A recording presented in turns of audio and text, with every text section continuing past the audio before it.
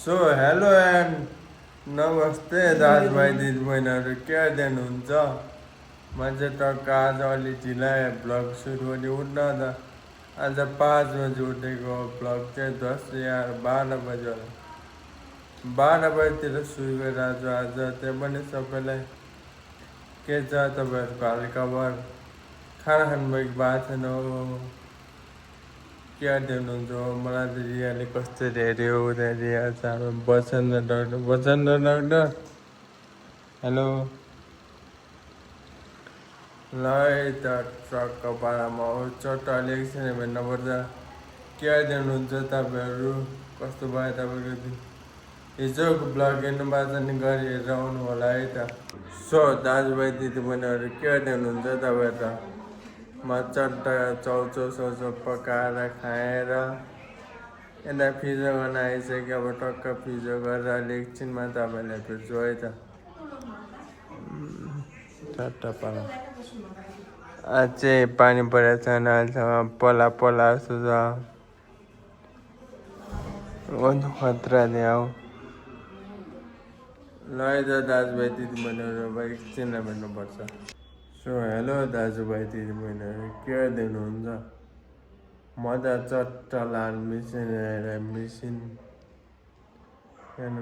हेरेर आज त दिउँसो पनि भ्लग गर्न पाएन त्यही कारण आज धेरै लामो पनि भ्लग बनाएको कति मिनटको भ्लग भयो होला अब यसमा म अलिकति मेरो स्टोरी भन्न चाहन्छु है त अब के हुनु अलिकति अब म चाहिँ लडेको 4-4.5 वर्ष हुनु होला मेरो चाहिँ मङ्सिर 19 लडेको म चाहिँ कहाँ लडेको भने चप्लेटी र बिओपी भन्ने ठाउँमा चप्लेटी भन्छ भनेमा हामीले अब चप्लेटीमा लडेकोमा अब स्पिड चाहिँ थाहा भएन म र बोलेरो ठोक्यो भन्नुहुन्छ मलाई त्यो पनि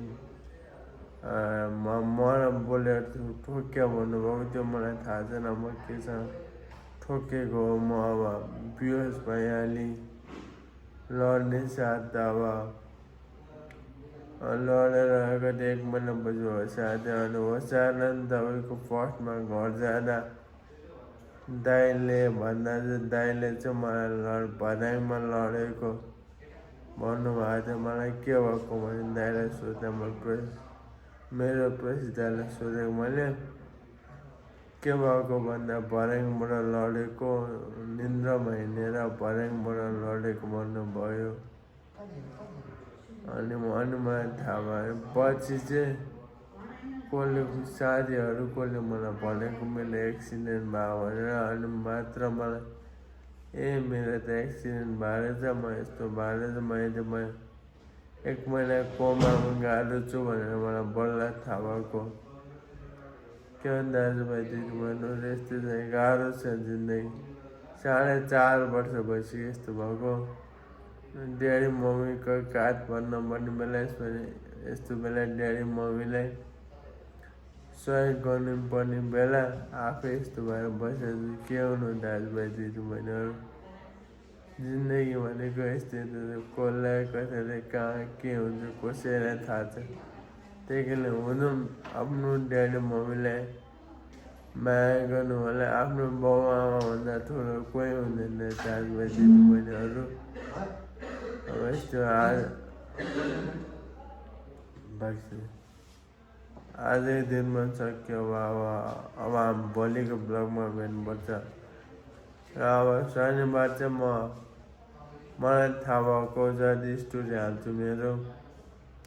है त see you on the next blog bye take care guys bye good night